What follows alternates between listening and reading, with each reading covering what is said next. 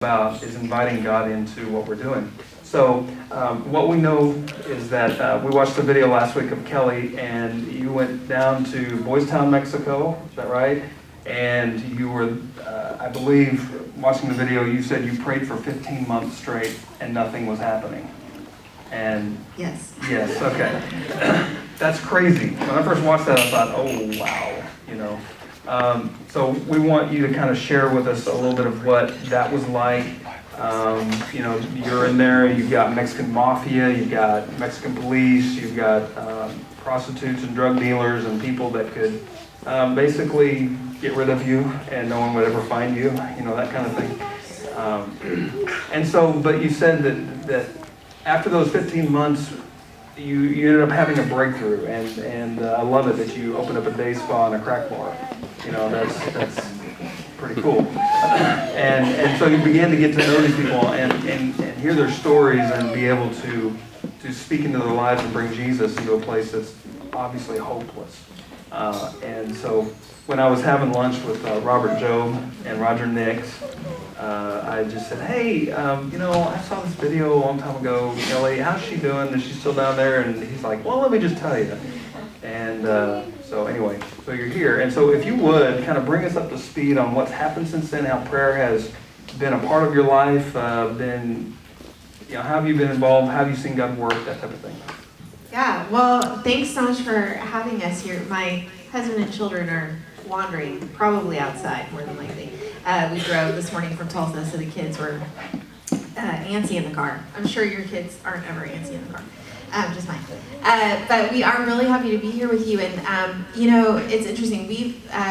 My husband Zach and I moved back from Mexico just 6 years ago in May. And so we processed a bit, you know, my time in Mexico and his time as well. I was there for 4 years by myself before Zach came down and started dating and then got married. And Is it 4 years by yourself? Yes, I live in Tulsa, and I was living in Tulsa at the time, so I facilitated a lot of short-term mission trips, and that's kind of how I ended up in the city of Reynosa, which is just a border town, you know, there of about 1 million people. It's a large city, but that's where Boys Town is. Boys Town is a walled-in red light district. They call it the zone of tolerance. So basically the city kind of set it up as a walled-in area to contain illegal activities, basically prostitution, drug use. It's been around for a couple hundred years, but really it's the cartels that run it, even though the police monitor it. So when I went down on a short-term trip, I had about 100 14 and 15-year-olds with me on spring break, and our contact didn't show up one day, which was terrible. And so I was like, what am I going to do with all these kids? So I said, let's go on a prayer walk around the city. Can we do that? So we just walked. So we kind of split up, obviously, into smaller groups, and we walked some of the neighborhoods. And where I was, we walked around the walls of Boys Town. I didn't know that's what it was called then, but I just said, what's this place? And our contact said, this is Boys Town. He explained what it is, and he said, to our knowledge, nobody's doing any work to help the men and women that are in there. And I said, oh, okay, well, Lord, we pray you'd send laborers into your harvest field. In Jesus' name, amen. And I think those are our buses, guys. Let's just go ahead and get on, and we're going to head back across the border. Within about 24 hours, Jesus made it really clear to me that he was asking me to be the answer to my own prayer. So be careful what you pray. You got a week of prayer coming up, guys. It's exciting to pray dangerous prayers, but be careful. You might be the answer to your own prayer. I wouldn't change it, of course, for the world, but I ended up about 1.5 years later moving down. I sold everything that didn't fit in my car, it was kind of one of those things where it was like, you know, on paper, I'm not the girl for the job. I don't have training. I don't have a background in this type of work. I don't know how to counsel people through addictions. I'm not qualified. And yet somehow Jesus was still calling me and asking me to just go make the men and women of Boys Town my neighbors and love them. And I ended up prayer walking for 15 months because the police wouldn't let me in. There's one entrance, one exit. And the police who work for the cartels were smart enough to know this girl shouldn't be here. So they didn't let me in. So I just did what I could. I didn't have the money to go back to Tulsa. So I was like, well, I'm here for a while. Anyways, so I just started prayer walking around. And I mean, honestly, I'm just gonna throw this out there. I'm not like a really good prayer, so I would like walk around and be like, Jesus, and I also get distracted really easily, you know. So I was like, Jesus, it's like so hot, and you know, like I don't know, like these people are looking at me funny, and I'm just this American girl walking around a neighborhood talking to herself, pretty much. And a couple of years later, some of the folks that live in the neighborhood told me as much. What were you doing? We used to see you all the time, talking to yourself out here. It's Jesus, but you know, whatever. So that's how I ended up prayer walking. And 15 months into it, I was sitting on the corner outside of Boys Town. And the first friend that I made in Boys Town was actually a pimp and a drug dealer from Houston, who had moved to the area when he was 16. And he pulled up and said, "What are you doing here?" And I was like, "Oh man, this is the end. This song going down." I didn't see like, and I said, "Well, I'm praying," and I was trying not to make eye contact and just wondering if it was all gonna go okay. And anyways, his name was Kilo. Not really. That's what everybody knows him as. And anyways, it turned out Kilo had grown up in church, and he actually took the sheet that I had with me. I prayed some verses over the area because I'm not a great prayer. Pete Gregg, who wrote Red Wing Rising, I had met him at this point, and he said, "Why don't you pray Isaiah 62, but change the words? So instead of where it says Zion and Jerusalem, why don't you say Boys Town?" So Isaiah 62 starts off, "Because I love Boys Town, I will not keep silent. Because my heart yearns for Boys Town, I will not remain still." And it goes on. It's a beautiful passage. And so I would pray that. Anyways, I had that on a sheet of paper, and I handed it to Kilo, who was very moved and began praying. Kilo's story is another one, but that was kind of my first friendship.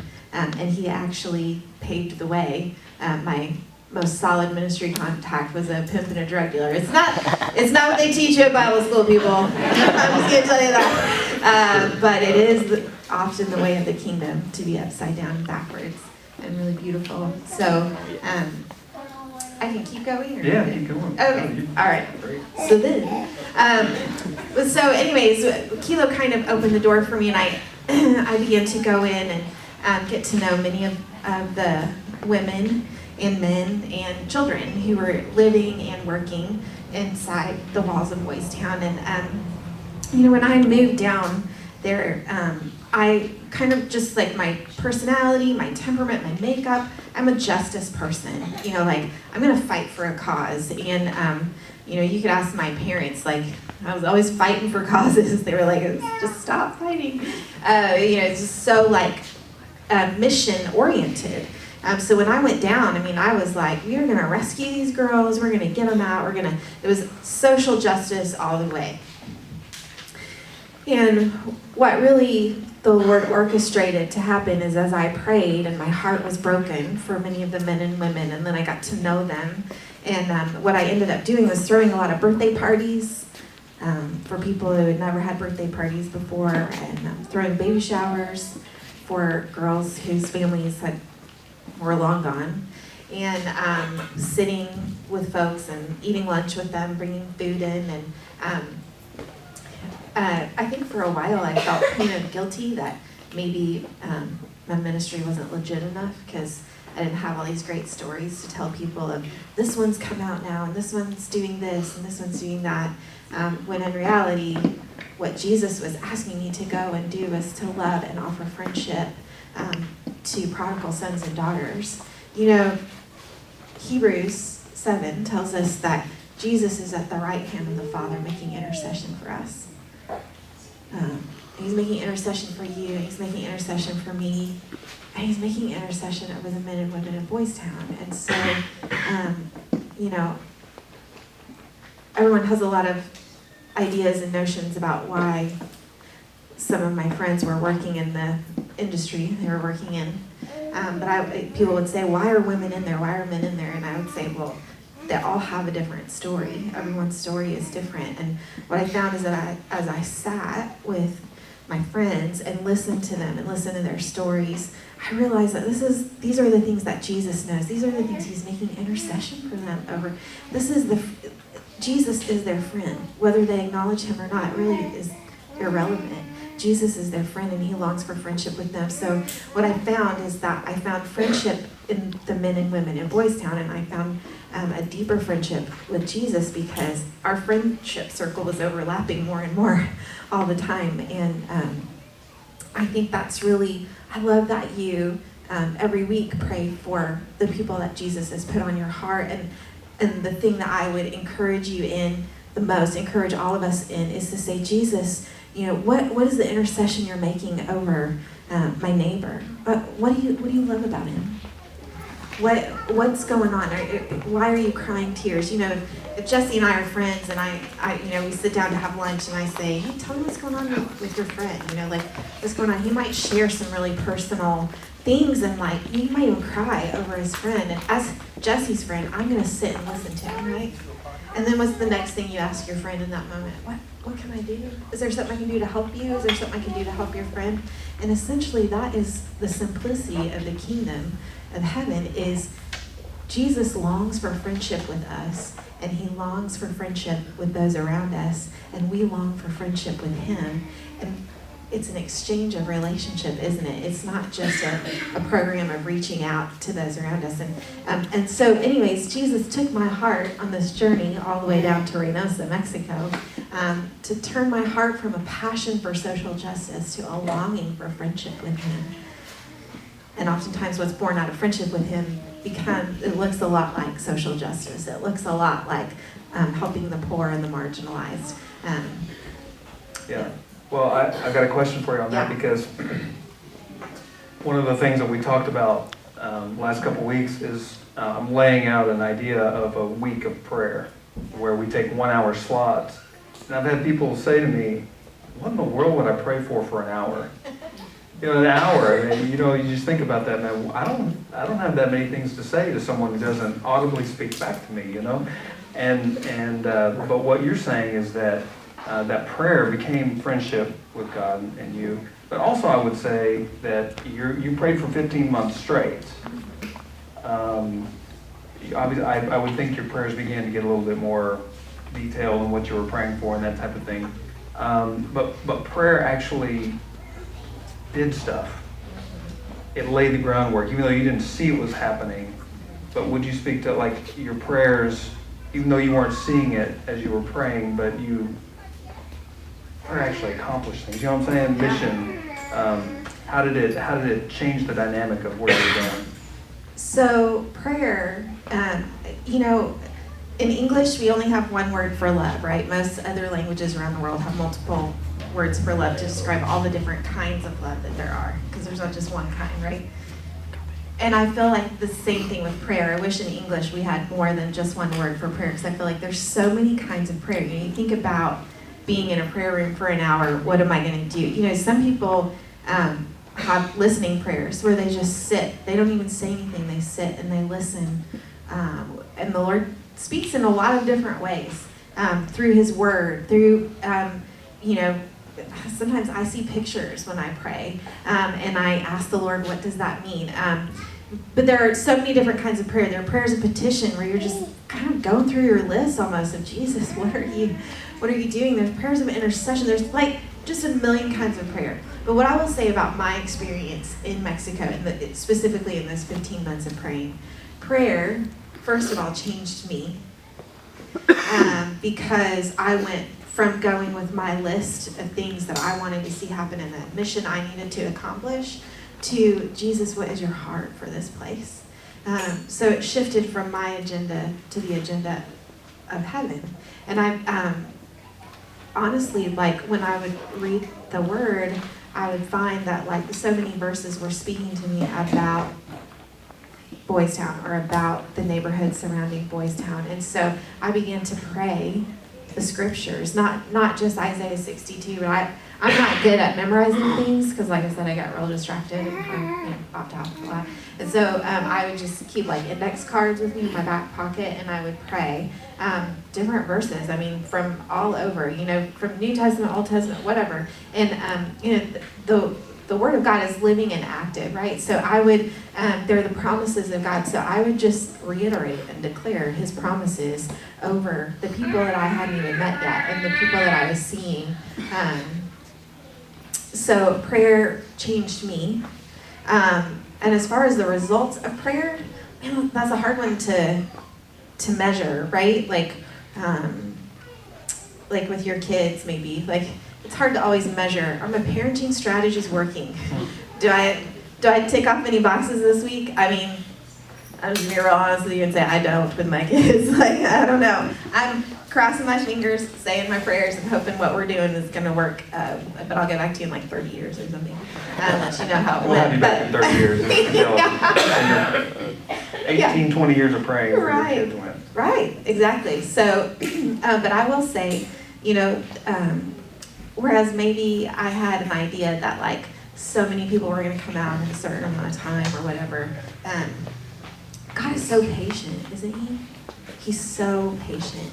And so I can tell you stories of people that did come out. One woman in particular, her name is Lucia. Lucia is in her 60s now. She's been in Boy Scouts since her early 20s. When I first met her, I met her with her 4-year-old granddaughter who lived with her inside Boy Scouts. She was too old to do a lot of work there, but she pretty much like did laundry for some of the other girls, and so that's kind of how she lived. She was severely addicted to all sorts of things, and really was not living, a life that she was enjoying. But for some reason, Lucia took to me, and I took to her, and she told me that she was my Mexican mother, and she bossed me around like a Mexican mom would, and sent me on all kinds of errands and taught me all sorts of inappropriate words in Spanish. Which, by the way, you really need to know those so you know when people are talking about you. Well, that is a really good point because I didn't know some of them were inappropriate, and then I used them outside of Boys Town. People said, Kelly, you've got to find new friends. I was like, I know. But I didn't want to find new friends. So Lucia, anyways, we had a pretty solid relationship, but as solid as friendship could be in that environment. And I would bring her stuff, and she would come to my house and sleep on the couch and whatever. I don't know. It was just kind of a crazy, it's not the things that you like fill your newsletters with, because honestly, there's no glossy photos and there's no and this week at Bible study, come on, that just wasn't happening. So, but we did sit around a lot of tacos and sodas and talk about life, and she'd tell me her stories. And sometimes I'd go to visit her and she'd be passed out for a couple days and then yell at me the next time I saw her, but why haven't you been here to visit me? It's just it's pretty unhealthy. Today, okay, so Lucia and I we're still friends. We still stay in touch. And she, let's see, it was when Zach and we were engaged, and we were actually coming back up to Tulsa to get married, and we were going to be gone. We were going to be up here for like a month or so, so I wanted to go by and see Lucia before we left. And I prayed for Lucia. Sometimes I prayed things like, Jesus, she is driving me nuts. But for some reason, we can't let go of each other, and I know that you love her. So would you please, I don't know what you can do, 40 years of addiction and just really poor choices. I don't know what you can do. I want to believe. I want to hold out hope. So here's my prayer of hope. Please do something. Amen. Okay, so just telling you, that's my professional prayers right there. So be encouraged. So before Zach and I came up to get married, we went in to see Lucia, and the girls and boys would always kind of make fun of me for hanging out with her because she's kind of one of the crazies. And they would always say, well, I'm not going to be in here as long as Lucia. I'm not going to turn into Lucia, And so I went in to find her, and the girls were like, we haven't seen her, Kelly. I don't know where she is. Last time I saw her, she was in that building over there. Some of the bars were functional, some of them weren't. And God always seemed to provide a person of peace for me. The girls and the guys in there really looked out for my safety. And I just think it is really just divine kind of thing. But they would tell me, like, the last time I saw her, she was in that bar, and Kelly, you cannot go in there. They all became my Mexican mother. Don't go in there. And I'd say, okay, I trust you. So we didn't go in to look for her. And I was sad that we didn't get to see her before we left, but we had a wedding to get to. So we came up to Tulsa, and when we came back, we learned that Lucia wasn't even in Boys Town that day. What she had done is, in a pretty severe stupor, she walked herself quite a ways through the city to a rehab facility. Now, rehab facilities these particular rehab facilities are different than what we experience here. And this one was run by a pretty strict, legalistic church. And anyways, but they provided beds and they prayed people through addiction stuff and, whatever, man. Everybody was pointing to Jesus, so that was cool with me. So Lucia walked herself there. But she was going through such severe withdrawals. They were trying to give her medication, to help her with her withdrawals and stuff. And she couldn't walk. She got there and her body was going through such severe withdrawals, she couldn't get out of bed. And they would say, we want you to take these pills. And she said, I don't want pills. Take me to the prayer meeting. Because they had a prayer meeting every morning. And they were like, we can't get you down there. Like, please take this medicine. We don't want you to die, So she would say over and over, I don't want the pills, just take me to the prayer meeting. Well, finally, because she can be kind of belligerent, somebody gave in, shocking. After 7 days, they carried her down to the prayer meeting. They prayed and they took her back up to her bed, and the next morning she woke up, got out of bed, completely free of addiction, and remains free to this day.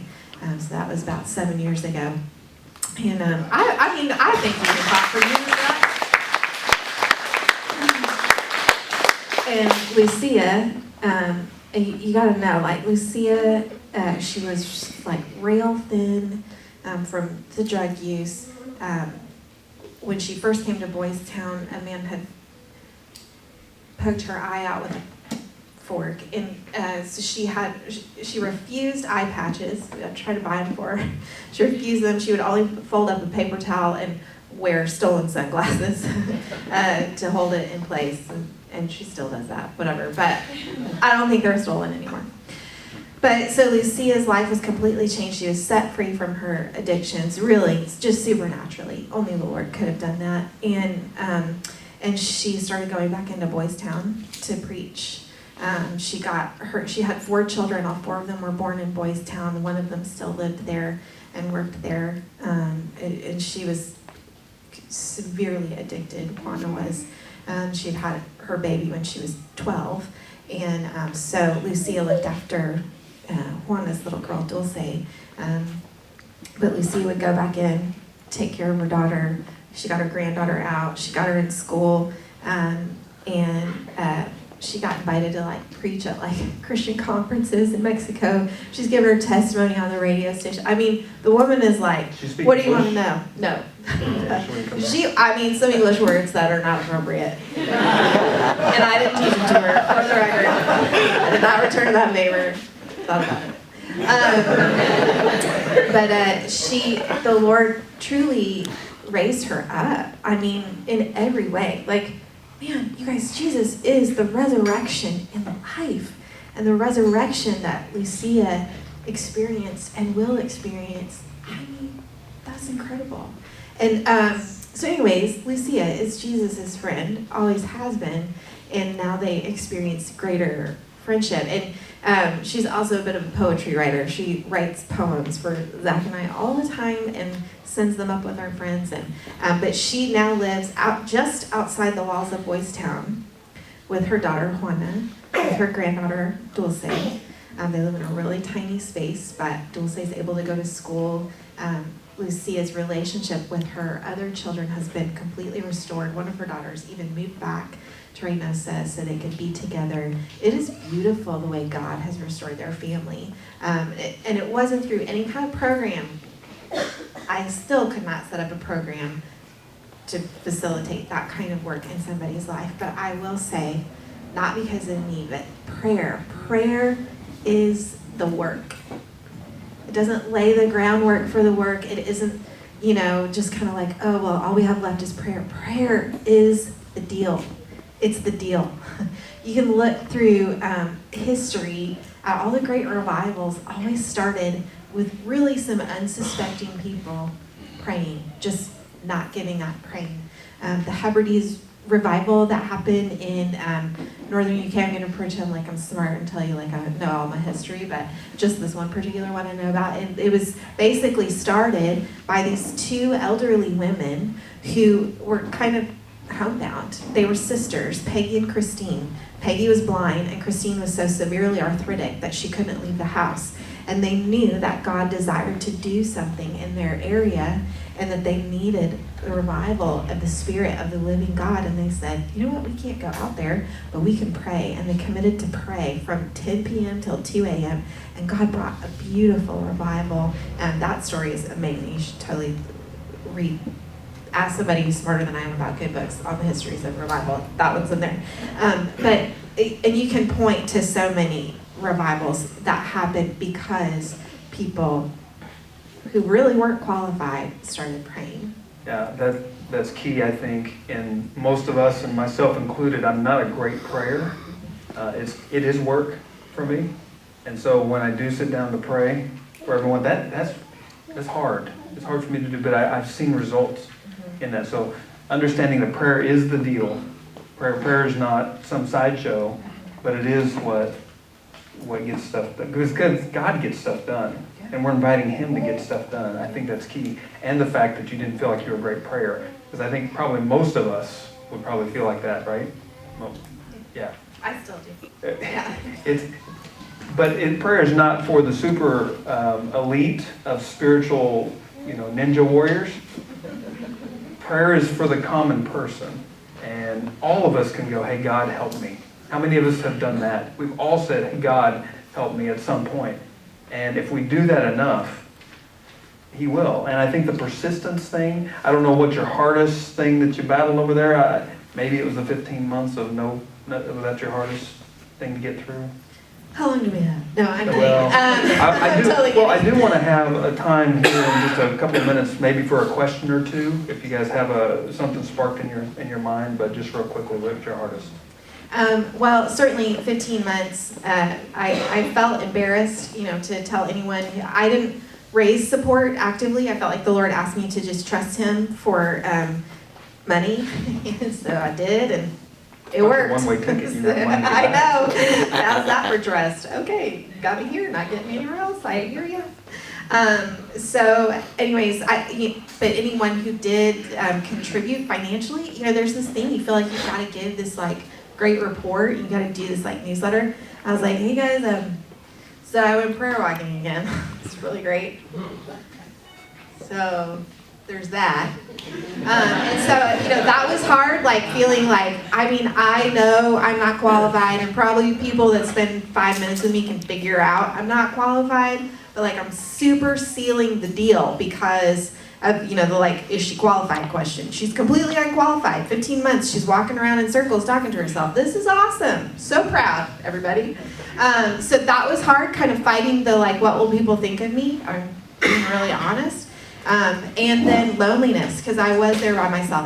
I would never recommend anyone to maybe go about things the way I did, but whatever. I did it, it's done, so what are you going to do?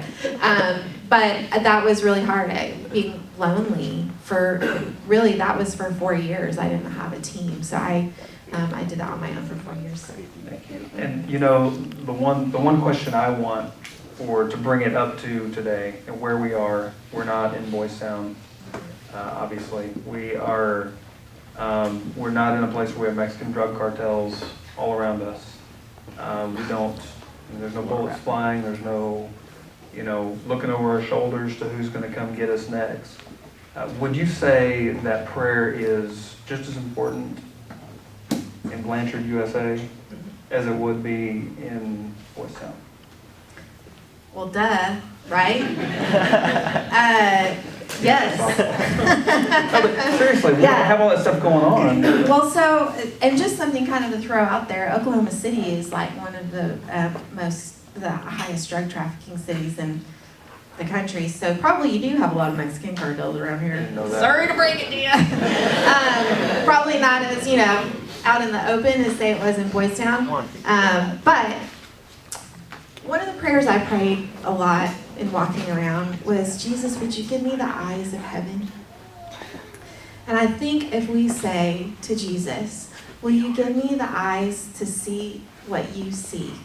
Will you, Jesus, will you clue me in a little bit? Will you turn my heart towards the ones, and I guarantee you, we passed a lot of hurting people too. I don't care, and some of them were in the church and some of them weren't. And so it's, when we see with the eyes of people, when we see with the eyes of the world, and we judge things the way the world does, well, Blanchard's doing okay. We're all right. But, honestly, probably not. And so I would say, yeah, of course it's just as important. Because you know why? Because Jesus longs for friendship with the people that are around you. And he tells us to love our neighbors. So wherever your neighbors are. Wherever you are, you got neighbors. So whoever your neighbors are, love them. Pray for them. And interestingly, if I can just say this one verse, can I read a verse? Is that okay real quick? No. I figured. I heard that about y'all up here. No Bible reading. Totally joking. I really didn't know anything about you guys at all, Cody. So thanks for having me. Total stranger. So in the Message translation, the last verse of chapter 9, Matthew 9, is one where Jesus says, pray to the Lord of the harvest and workers, right? So he says, what a huge harvest, he said to his disciples. Have you workers on your knees and pray for harvest hands. The very next verse, chapter 10, verse 1 says, the prayer was no sooner prayed than it was answered. And Jesus called his disciples to himself and sent them. So he totally tricked them. He's like, you guys, you should totally pray that the Lord of the harvest will send people here. Amen. Okay, now you guys go. Way to go. It was a trick. So in verse 5 it says, Jesus sent his 12 harvest hands, that they just prayed for harvest hands. You're it. Jesus sent his 12 harvest hands out with this charge. Don't begin by traveling to some far off place to convert unbelievers.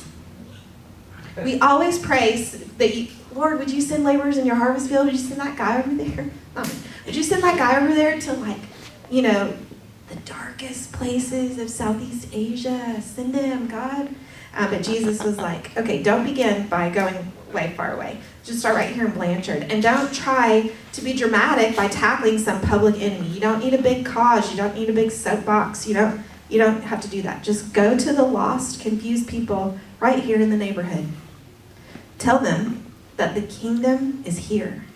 Bring health to the sick, raise the dead, touch the untouchables, kick out the demons. You have been treated generously, so live generously. I would really encourage you to go through and just read that whole chapter of Matthew. It's beautiful. Later in verse 40, he's still talking to his disciples, giving them the charge, and he says, we are intimately linked in this harvest work. This isn't me just trying to get somebody to do my job for me.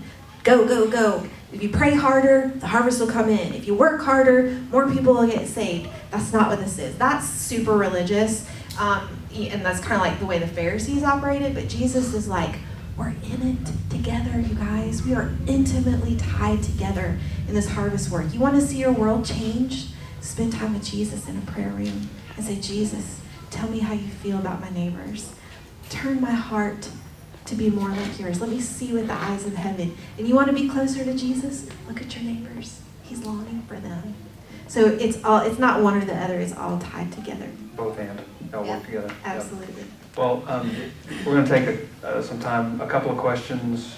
I was going to have you text them earlier, but I forgot to tell you. But if you have a question, anybody have a question for Kelly?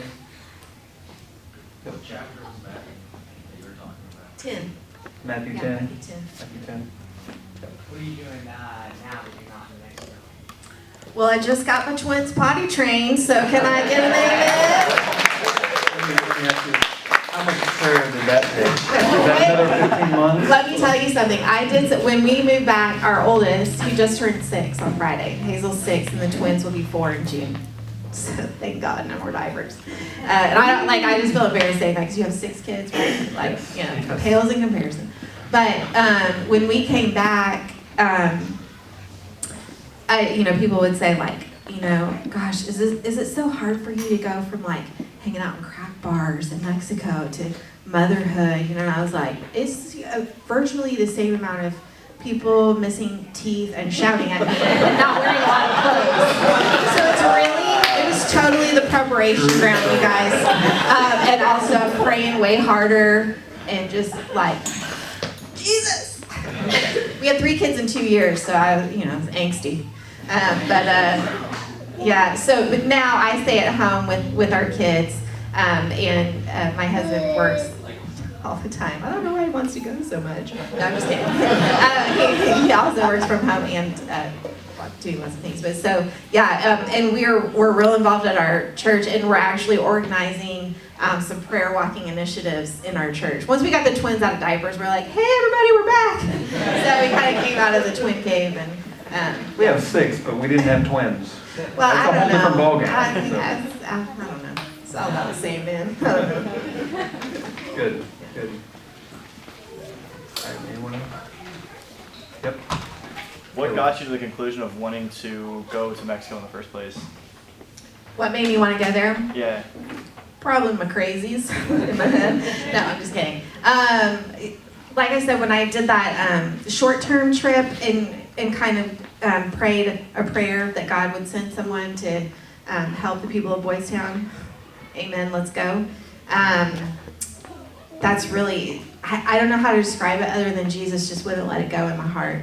And so I was at this point, I had worked a lot of odd jobs. At the time I'd been a nanny for like 1 million families in Tulsa. I traveled a lot during the summer, so I just kind of took odd jobs. And that was fine with me. I was happy with that. And I was managing a coffee shop when I actually decided to move. So it just wouldn't let me go, and I just turned in my notice at the shop and said, I don't know, like this is the time of my life to go. I wasn't married, I didn't have kids, and I was like, either this is Jesus or I'm totally nuts, but if I don't try it, I'm gonna lose my mind. That much I knew. So 1.5 years from the first time I went till I moved, it was that span. So I kind of like worked it through. And my pastor at my church is super supportive. I laugh at him all the time. I'm like, why were you like, yeah, go. You're going to do great. Like, what's wrong with you, Roger? Yeah. Like, I don't know. Where did they teach you that? But he knew, I had a lot of emotional and prayer support, spiritual support. So that helped. There were a lot of people that were a phone call away. Though they didn't move there with me. Yeah, right. That had to have been scary. All right. One here and then there and then one. So was it only just you down there, or did you finally ever get a group down there? Yes, so 4 years by myself, kept praying in a team, and then all within about 2 months' time, a girl from South Africa moved, a girl from Tulsa moved, and Zach and I started dating, and we got engaged a year later, got married 3 months later, had Hazel 10 months to the day later. And so I went from nobody to a team of 2 girls, a husband, and a baby real fast. Yeah, right? So are they still down there?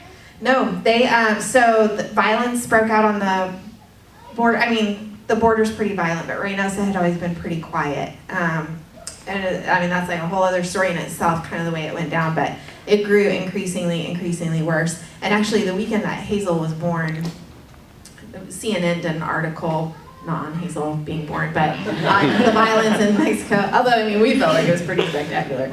And they actually named that particular weekend as the height of the violence in Reynosa. It was severe. During my pregnancy with her, we had multiple shootouts, like hit the deck shootouts, like at our house, and the cartels and the soldiers and police, everyone's warring with each other. They would shoot down the power lines and jam cell phone signals and block the roads. So we were like, what if they do that when I'm in labor? So Zach had to figure out if he had to deliver a baby at home. Thankfully, that didn't happen. Step 1 is put the dog in the kennel, in case you're wondering. Anyways, we're experts on a lot of things, so you guys can ask us later. But so that's kind of what happened. The violence grew more and more intense, and in Boys Town, it became a very different ballgame. And so we left, and our team also chose to leave. So.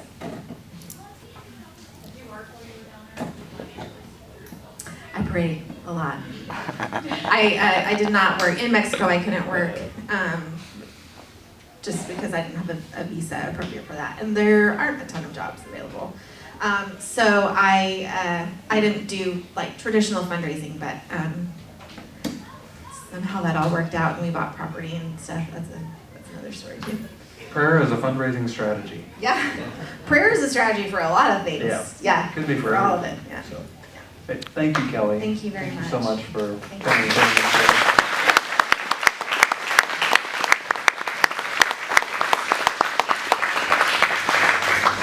That's just really cool. I'm very glad that you came and shared. And to kind of put a bow on this, the challenge that we have from this is that understanding that prayer is the deal, and prayer is just as important here as it would be in a crack bar. Apparently, we got a lot of drugs coming through Oklahoma City anyway. What we have done as a church is just said, hey, she did 15 months by herself. Could we as a church take a week, just a week, and fill it with 1 hour slots of prayer? And so we've kind of, we're designing a prayer room that will be in that office back there, which by the way, I need about 3 or 4 of you muscular guys to kind of empty out that office today, just after church, and kind of put it back there in that corner, because we are planning to start our 7 days of prayer next Sunday evening. So we got new carpet coming for it. We're going to do stuff on the walls, just make it a creative space, but it's so that we can come and do business and get stuff done and basically invite God into what we're doing here so that we can be the answers to our own prayers, which I always thought that was funny too. Okay, you guys pray for laborers. Okay, now go labor. That's always been there for me. And so sometimes we do become the answers to our own prayers. And so what I'm inviting you to do today is if you're thinking through this going, I don't know if I can pray for an hour, that's okay. You may not be able to pray for an hour, but you can worship the worship music or draw artwork, or we're going to be able to write your prayers on the walls and that kind of thing. You might be able to pray for what other people are praying for. But what we have over here is the beginning of our sign-ups. This is the first day we are signing up. And this is or will be at some point a drum cage.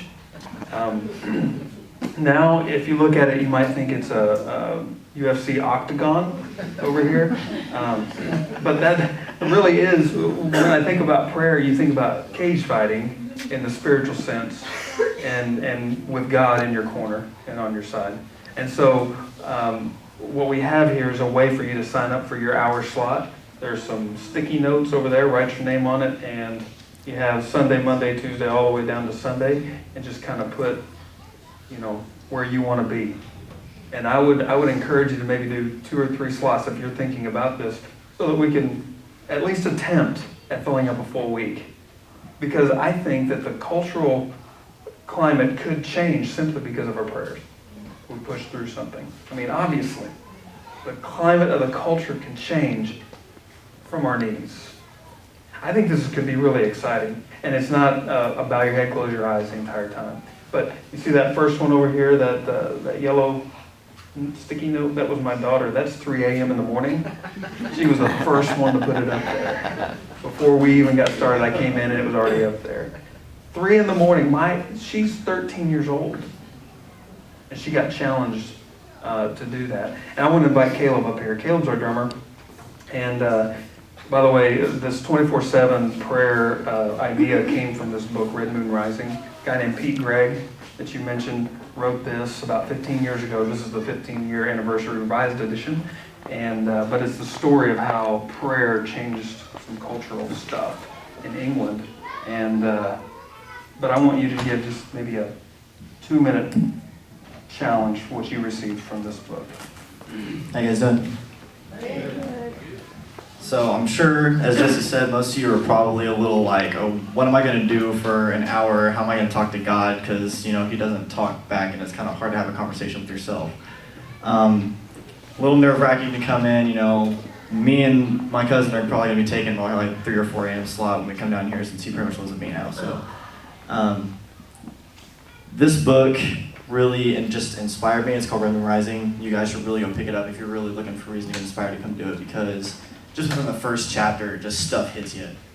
It's incredible history in this book about stuff. And this guy, I mean, it says he prayed over, 3 or 4 different nations around the world. And within just a couple years, he started seeing changes around when he was traveling. Just the power of prayer by himself up on a mountaintop. So this stuff, man, like it's really inspired me in my prayer life, because I'm not the best prayer. I don't pray every day by any means. I'm not the best at it, but you don't have to pray the entire time you're in there. You can walk around, bring a boombox in there and listen to music and worship and just meditate if you want to. It's not just sitting there talking to yourself nonstop. You can meditate, worship him, just praise his name. It'll come to you. Because I'm not the best prayer. I can't pray in front of people for anything. I've always been bad at it, but within this, just reading it, it's just really sparked my thoughts about my prayer life, and something's really helped me get it together. So if you really need inspiration, go find this book and pick it up, because it helps.